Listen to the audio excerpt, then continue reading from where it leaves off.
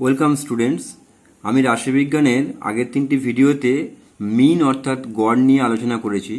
আজ মধ্যমা অর্থাৎ মিডিয়ান নিয়ে আলোচনা করব। তো মধ্যগামিতার অপর একটি মাপক হলো মধ্যমা, যাকে ইংরেজিতে বলে মিডিয়ান। তো মধ্যমা জিনিসটা কি? মধ্যমা হলো রাশিতত্ত্বের সর্বমধ্যস্থানে অবস্থানকৃত তথ্যমান।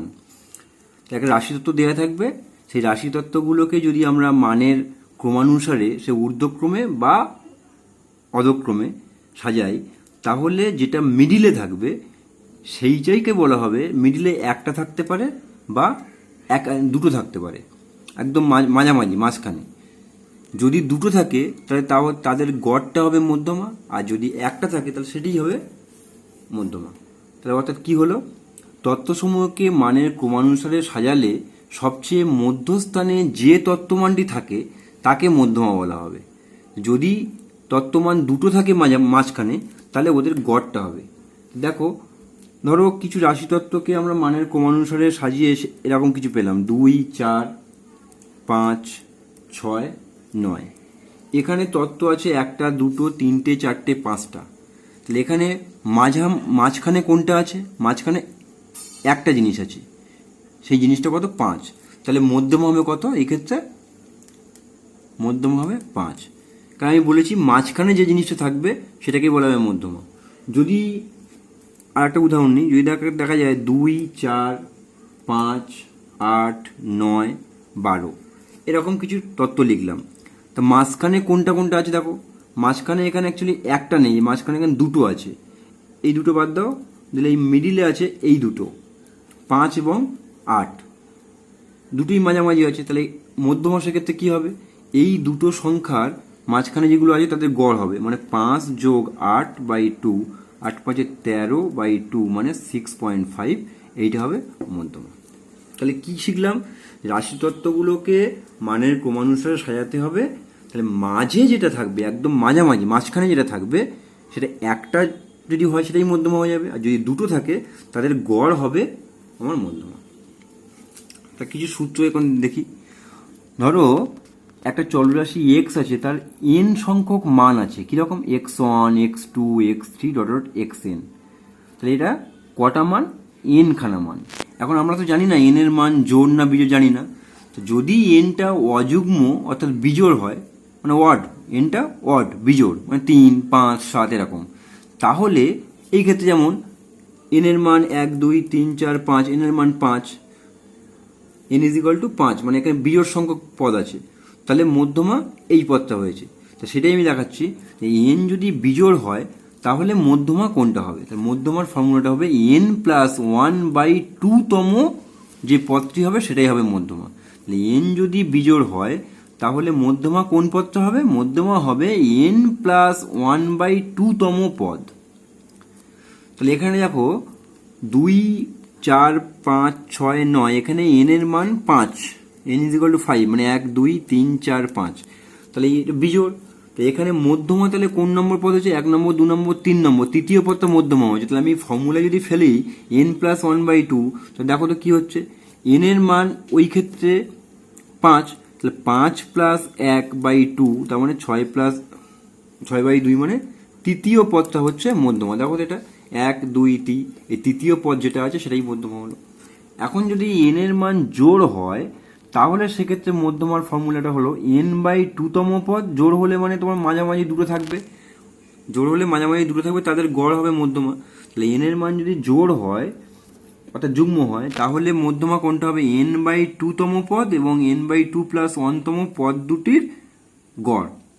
তাহলে এখানে যে উদাহরণটা নিয়েছিলাম 2, 4, 5, 8, 9, 12, এখানে 1, 2, 3, 4, 5, 6, তাহলে n এর মান কত? 6, তো n = 6, এটা হলো ইভেন। তাহলে মধ্যমা কোনটা হবে? এই ফর্মুলা n/2, তাহলে 6/2 করলে কি হবে? 6/2, 6/2, আর n+1/2 + 1 মানে 6/2 + 1, এততম আর এততম পদের গড়।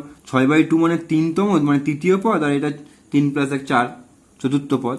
এই তৃতীয় আর চতুর্থ পদের গড় হবে। তাহলে তৃতীয় আর চতুর্থ পদ এই ক্ষেত্রে কত ছিল দেখো তো, তৃতীয় পদ 1 2 3 এর তৃতীয় পদ, আর চতুর্থ পদ এইটা, তাদের গড় মানে 5 + 8/2। তাহলে আলটিমেটলি কি শিখলাম, যদি n এর মান জোড় হয় তাহলে আমরা মধ্যমা বের করবো n/2 তম পদ আর তারপরের পদটা n/2 + 1 তম পদ দুটির গড়। এটা হলো মধ্যমা। তো কয়েকটা অঙ্কের সাহায্যে আমি তোমার ব্যাপারটা বোঝাচ্ছি, একটু দেখো। ধরো তোমাদের কোষে দেখি 26.2 এর প্রথম অঙ্কটা আমি দেখাচ্ছি। মধুবাবুর দোকানে গত সপ্তাহের প্রতিদিনের বিক্রয়লব্ধ অর্থ সে টাকায় বলা আছে এরকম, এরকম সংখ্যাগুলো বলা আছে। তো এদের মধ্যমাটা বের করতে হবে। তা আমি এখন এই বিক্রয়লব্ধ অর্থ যেগুলো আছে সেগুলো যদি মানের ঊর্ধ্বক্রমে আমি সাজাই তাহলে কি হবে দেখো। মানের ঊর্ধ্বক্রমে সাজালে এখানে সব থেকে ছোট মান হচ্ছে 52। তারপরেরটা কোনটা, এই 52টা লিখলাম। তারপরেরটা তুমি দেখো 75। তারপরেরটা হচ্ছে 92। তারপরেরটা আছে 107। তারপরেরটা আছে তুমি দেখো 113। তারপরেরটা আছে 195। তারপরেরটা আছে 210। 1 2 3 4 5 6 7, 1 2 3 4 5 6 7। তাহলে এই যে লাভ হয়েছে সেই লাভগুলোকে মানের ঊর্ধ্বক্রমে সাজিয়েছি। তাহলে এখানে এন এর মান কটা পেলাম, তাহলে এন ইজ ইকুয়াল টু গুনলাম তো 1 2 3 4 5 6 7, এন এর মান 7। তো 7 যদি হয় তাহলে আমি আগের ফর্মুলা অনুযায়ী এন যদি অযুগ্ম হয় তাহলে মধ্যমা কোনটা হবে, n + 1/2 তম পদটা। তাহলে এক্ষেত্রে কি হবে, 7 + 1/2 এততম পদটা হবে মধ্যমা। তাহলে 7 থেকে 8, 8/2 মানে চতুর্থ পদটা হবে মধ্যমা। তাহলে চতুর্থ পদ কোনটা, 1 2 3 4, তাহলে 107 এটা চতুর্থ পদ। তাহলে মধ্যমা কোনটা হবে, মধ্যমা হবে 107 মানে চতুর্থ পদটা। এবার 2 এর দেখো আমরা দেখো, কিছু পশুর বয়স বছরে হলো 6 10 5 4 9 11 20 18, এদের মধ্যমা বের করতে হবে।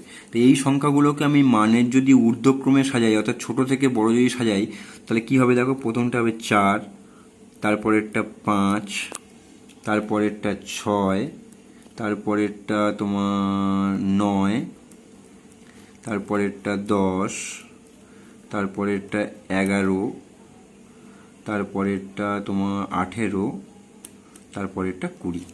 এই হলো মানের ঊর্ধ্বক্রমে আমি সাজিয়ে নিলাম।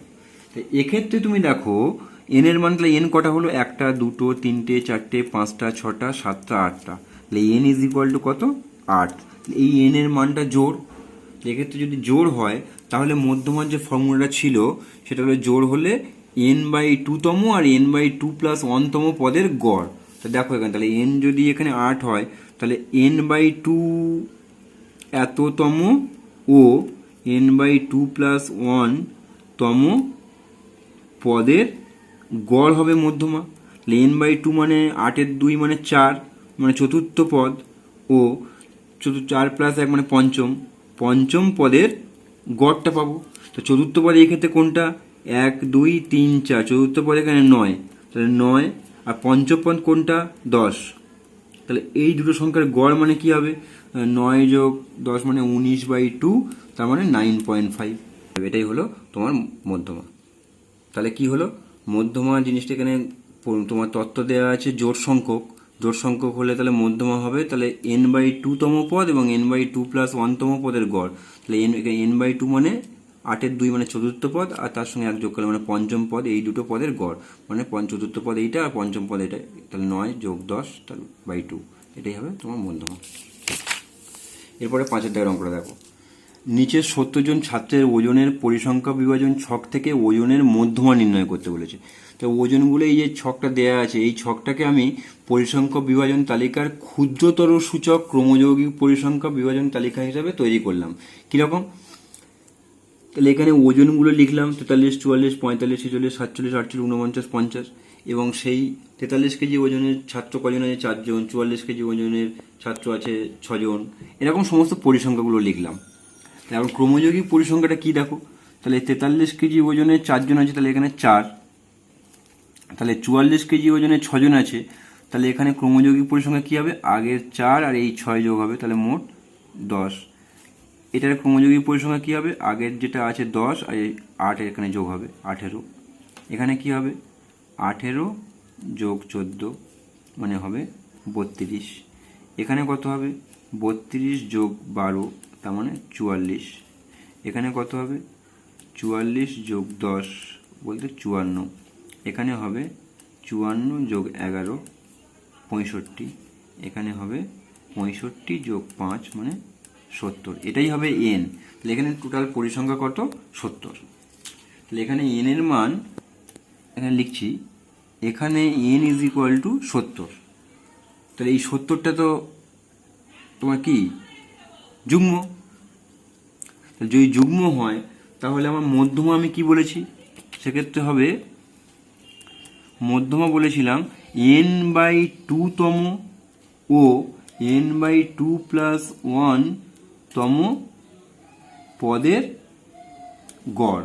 তাহলে n/2তম পদ অ্যাকচুয়ালি এখানে কোনটা হবে, তুমি দেখো এখানে মোট তো পরিসংখ্যা 70, তাহলে 70 তার অর্ধেক কত 35তম ও 36তম পদের গড়টাই হবে আমার মধ্যমা। তাহলে এখন তুমি দেখো এই যে পরিসংখ্যা বিবরণী তালিকাটা দেওয়া আছে, 35তম পদটা কোথায় আসবে, তুমি দেখো এখানে অ্যাকচুয়ালি মোট ক্রমযৌগিক পরিসংখ্যা 32 আছে, তারপরেই তো তোমার এই 32-এর পরের যে পরিসংখ্যা সেটা এখানে আছে।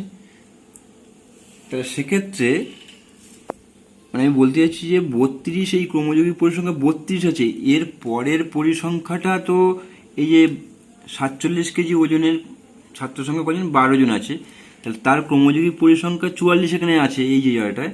তাহলে এই তোমার 35তম পদ তাহলে কোথায় আসবে, এই 32-এর পরে যেটা আছে তাহলে সেটা এই ক্রমযৌগিক পরিসংখ্যার মধ্যে আছে। তাহলে 35তম পদটা তাহলে তার মানে সেই পদ তাহলে কত এই 47, আর 36তম পদ যেটা আছে তাহলে 32-এর পরে সেই 35 36 মানে 32-এর পরে 33 থেকে শুরু করে যেগুলো সব কিন্তু এর ভিতরে আছে। তাহলে সেখানে 35তম পদ আর 36তম পদের গড়, তাহলে 35তম পদের মানটাও 47, 36তম পদের মানটাও 47, তাহলে সেই দুটো জিনিসের গড় হবে সিম্পল। তাহলে কি হবে 47। অতএব এখানে আমার ওজনের মধ্যমা চেয়েছে, তাহলে ওজনের মধ্যমা হবে 47 এত কেজি। এই জিনিসটা আরেকবার বলে দিচ্ছি, দেখো এখানে এন এর মান 70, তাহলে আমার জোর যদি থাকে তাহলে আমার মধ্যমার সূত্র শিখেছি n/2তম প্লাস ও আর n/2+1তম পদের গড়। n/2তম মানে 35তম পদ আর 36তম পদের গড় নির্ণয় করতে হবে। এখন আমার জানতে হবে 35তম পদটা কোনটা, এখানে ক্রমযৌগিক পরিসংখ্যা যেটা করেছি 32তম পদের মান কিন্তু 46, তাহলে এর পরে 33তম পদের মান অ্যাকচুয়ালি 47, 34তম পদের মান 47, কারণ এখানে ক্রমযৌগিক পরিসংখ্যা 44 আছে। তাহলে 32-এর পর থেকে 33 34 35 36 এরকম করে করে 44 পর্যন্ত সব প্রত্যেকেরই মান এই 47 করে, মানে 47 কেজি ওজনের যে ছাত্র সংখ্যাগুলো আছে।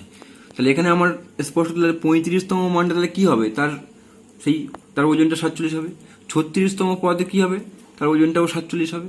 তাহলে এই দুটো পদের গড় মানে 47 যোগ 47/2 মানে এটা। এরপরে একটা দেখো এই প্রয়োগ 18টা দেখো, বইয়ের প্রয়োগ 18, এটা দেখলে একটু আইডিয়াটা ক্লিয়ার হবে। এই একটা রাশিতত্ত্ব দেওয়া আছে, এখান থেকে পরিসংখ্যা বিবরণী তালিকা থেকে তোমার মধ্যমা নির্ণয় করতে হবে।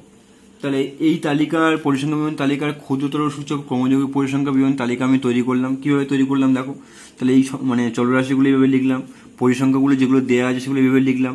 তাহলে ক্রমযৌগিক পরিসংখ্যা কী করে হবে, এটা যেমন 4 আছে তেমন 4 থাকবে, এখানে কত হবে 4 যোগ 2 মানে 6, তারপরেরটা এই 6 যোগ 4 ইজ ইকুয়াল টু 10, তারপরেরটা কী হবে এই 10 আর এই 7 যোগ করলে 17, তারপরেরটা হবে এই 17 যোগ এই 6 করলে 23, তারপরেরটা কী হবে 23 আর এই 5 যোগ করলে 28, তারপরেরটা কী হবে 28 যোগ 5 করলে 33, তারপরেরটা হবে 33 যোগ 4 37, তারপরেরটা কী হবে এই 37 যোগ 2 মানে 39, এটাই তোমার এন এর মান। তাহলে এখানে এনটা কি হচ্ছে, এখানে এন হলো 39, সেটা অযুগ্ম। তো অযুগ্ম যদি হয় তাহলে মধ্যমা তাহলে কি হবে? মধ্যমার ফর্মুলা যেটা শিখেছি, এন যদি অযুগ্ম হয় এন প্লাস 1/2 এততম পর্যবেক্ষণ যেটা হবে সেটাই হবে মধ্যমা। তাহলে এন মানে 39 প্লাস 1/2 তম পর্যবেক্ষণ, তার মানে 40/2 মানে 20তম পর্যবেক্ষণটা হবে। এখন 20তম পর্যবেক্ষণটা সেটা কোনটা? এই ছক থেকে দেখা যাচ্ছে এই যে 17 ক্রমযৌগিক গড় এইটা আছে, তারপর থেকে 18 থেকে 23তম পর্যন্ত যে পর্যবেক্ষণ আছে তার মানটা হচ্ছে 29। কি দেখলাম? আমার তো 20তম পদটাই বের করতে হবে। 20তম পদটাই হলো অ্যাকচুয়ালি মধ্যমা। তাহলে এখানে ক্রমযৌগিক পরিসংখ্যা 17 পদ থেকে যেটা 18 থেকে শুরু, 18, 19, 20, 21, 22 আপ টু 23 পর্যন্ত, মানে 18 থেকে 23 পর্যন্ত এই যে পর্যবেক্ষণগুলোর প্রতিটির মান 29। তাহলে এখানে আমার 20তম পদ তাহলে কি হবে? 29 হবে। তাহলে এটা 20তম মানে পর্যবেক্ষণের মান তাহলে কি হবে? 29। অতএব নির্ণেয় মধ্যমা সেটা কি হবে? মধ্যমা হবে এই 20তম পর্যবেক্ষণ যেটা, সেটা হবে এই 29টাই হবে। এতক্ষণ ধরে আমি অবিন্যস্ত তত্ত্বগুলোর মধ্যমা কীভাবে বের করা হয় সেটা দেখিয়েছি, মানে এন এর মান জোড় কি বিজোড় সেই অনুযায়ী আমি অঙ্ক করে দেখিয়েছি। এখন আমরা বিন্যস্ত তত্ত্ব, মানে এরকম শ্রেণী অন্তর যদি দেওয়া থাকে সেটা, অর্থাৎ বিন্যস্ত তত্ত্ব যদি দেওয়া থাকে সেরকম পরিসংখ্যা বিভাজন ছক থেকে আমরা কিভাবে মধ্যমা নির্ণয় করব সেটা আমি তোমাদের বলবো। অ্যাকচুয়ালি এই ধরনের অঙ্কগুলো তোমাদের পরীক্ষায় আসে 4 নম্বরের, আর আগের যে অঙ্কগুলো করানো হলো সেগুলো 1 নম্বরের বা 2 নম্বরের অঙ্ক আসে। তাহলে কি বলছি, আমরা বিন্যস্ত পরিসংখ্যা বিভাজন ছক থেকে কিভাবে মধ্যমা নির্ণয় করি সেটা আমরা দেখাবো। সেটা দেখানোর জন্য আমি একটা উদাহরণ দিয়ে তোমাদের বোঝাবো। তো এখানে একটা অঙ্ক আছে, দেখো এই শ্রেণী অন্তরগুলো বলা আছে 0 থেকে 10 তার পরিসংখ্যা 8, 10 থেকে 20 তার পরিসংখ্যা 10, 20 থেকে 30 তার পরিসংখ্যা 24, এরকম বলা আছে। এখান থেকে আমার মানে এই যে পরিসংখ্যা বিভাজন ছক দেওয়া আছে এখান থেকে আমার মধ্যমাটা নির্ণয় করতে হবে। তো এটাকে আমি ক্রমযৌগিক মানে ক্ষুদ্রতর সূচক ক্রমযৌগিক পরিসংখ্যা বিভাজন ছক আকারে লিখলাম। কিভাবে লিখছি দেখো, এই যেটা আছে শ্রেণী অন্তরগুলো লিখলাম, পরিসংখ্যাগুলো লিখলাম, এবারে ক্রমযৌগিক পরিসংখ্যা লিখছি 8, তারপর এটা 10 যোগ করে 18, 24 যোগ করে 42, তারপর এটা 16 যোগ করে 58, 15 যোগ করে 73, 7 যোগ করে 80। এই আমি ক্রমযৌগিক পরিসংখ্যা ক্ষুদ্রতর সূচক আকারে লিখে ফেললাম। এক্ষেত্রে এন এর মান 80 এসছে। অতএব আমরা জানি মধ্যমা জিনিসটা কি, মাঝামাঝি যেটা হয়। তো পরিসংখ্যা বিভাজন ছকের কোন শ্রেণীতে ক্রমযৌগিক পরিসংখ্যাটা n/2 এর সমান বা বড় হবে সেটা আমাকে দেখতে হবে। তাহলে এখানে n/2 মান 40, এই 40 এই জিনিসটা আছে কোথায় দেখো, এই যে 42 ক্রমযৌগিক পরিসংখ্যা আছে এর মধ্যে লুকিয়ে আছে। মানে 18 পর থেকে 19, 20 এরকম করে করে করে করে আপ টু 42 পর্যন্ত প্রত্যেকটা এই যে শ্রেণীটা আছে 20 থেকে 30 এই শ্রেণী অন্তরের মধ্যে আছে। মানে n/2 মান 40 এসছে, তাই 40-এর বেশি ক্রমযৌগিক পরিসংখ্যা এখানে 42, এবং এর অনুরূপ শ্রেণীটা কি হবে 20 থেকে 30 এখানে দেওয়া আছে। তাহলে এখানে এই 40-এর বেশি ক্রমযৌগিক পরিসংখ্যা যে 42 তার অনুরূপ শ্রেণীটা এইটা আছে। আমার তো n/2 মান 40, এই 40টা তো এই এর মধ্যে লুকিয়ে আছে। তাহলে এক্ষেত্রে আমার এই যে শ্রেণীটা হবে এটাই হবে তোমার মধ্যমা শ্রেণী, মানে মধ্যমাটা এই শ্রেণীর মধ্যে থাকবে। এটাকেই বলা হবে অ্যাকচুয়ালি মধ্যমা শ্রেণী বা মিডিয়ান ক্লাস। মধ্যমা শ্রেণী বা মিডিয়ান ক্লাস, মিডিয়ান ক্লাস মানে এই যে 20 থেকে 30 এই ক্লাসের মধ্যে এই যে শ্রেণীটা আছে এর মধ্যেই মধ্যমা থাকবে।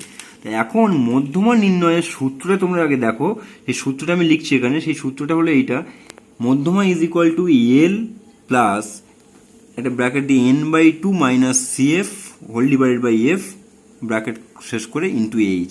এখন এইগুলোর কোনটার কি মানে সেটা তোমাকে আগে বুঝতে হবে, বুঝলেই কিন্তু অঙ্কটা খুব সোজা। তাহলে আমি এখানে বললাম n/2 40টা আছে কোথায়, এখানে আছে। তো সেই ক্ষেত্রে তার অনুরূপ শ্রেণী কোনটা, এইটা 20 থেকে 30, এটাকে বলা হয় মধ্যমা শ্রেণী। তাই এটা একটা মানে অন্য কালারে করেছি তোমাদের বোঝানোর জন্য করেছি আর কি। তাহলে এই যে মধ্যমা শ্রেণীটা আছে 20 থেকে 30, সেই মধ্যমা শ্রেণীর নিম্ন সীমানা, শ্রেণী সীমানাটা হচ্ছে এল। তা তাহলে এলটা কি? মধ্যমা শ্রেণীর নিম্ন সীমানা।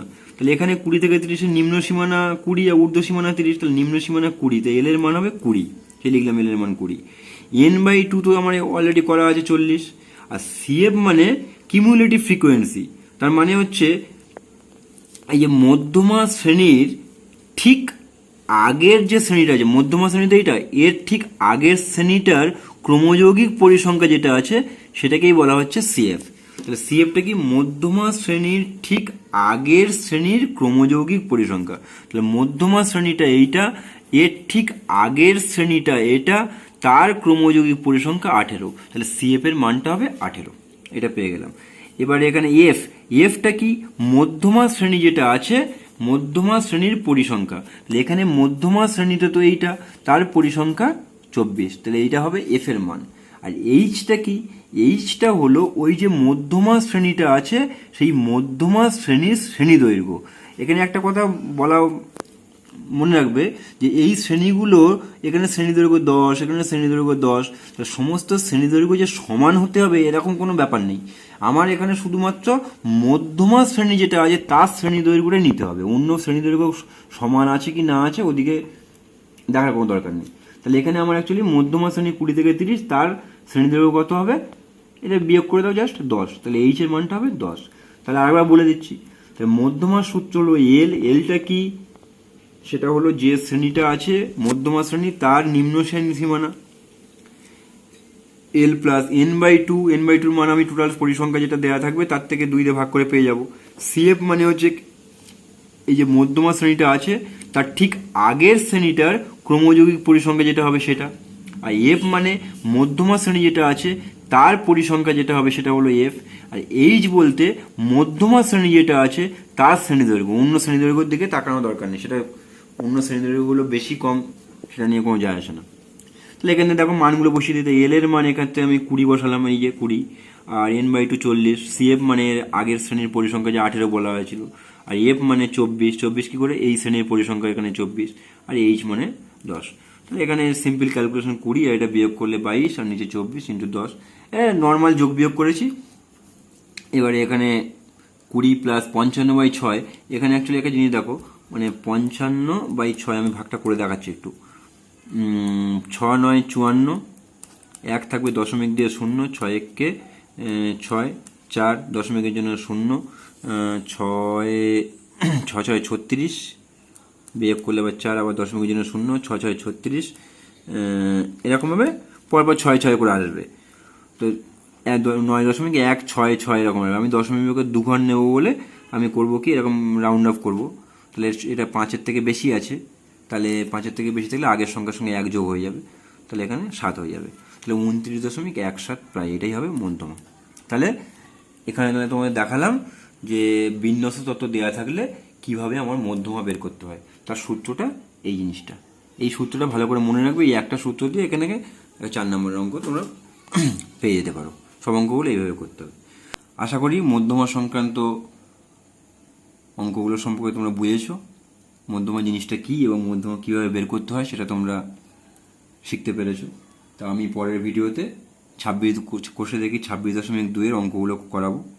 তো তোমরা এখনও পর্যন্ত যারা আমার চ্যানেলটি সাবস্ক্রাইব করোনি তারা সাবস্ক্রাইব করে নিও চ্যানেলটি, আর পাশের বেল আইকনটি প্রেস করো, যাতে করে আমি নতুন যখন ভিডিও আপলোড করব তখন তোমরা সাথে সাথেই নোটিফিকেশন পেয়ে যাবে। আর কোনো মতামত দেওয়ার থাকলে কমেন্ট করো, কমেন্ট করে জানাবে, আর ভিডিওটি লাইক ও শেয়ার করবে। সকলে ভালো থেকো, টাটা, বাই।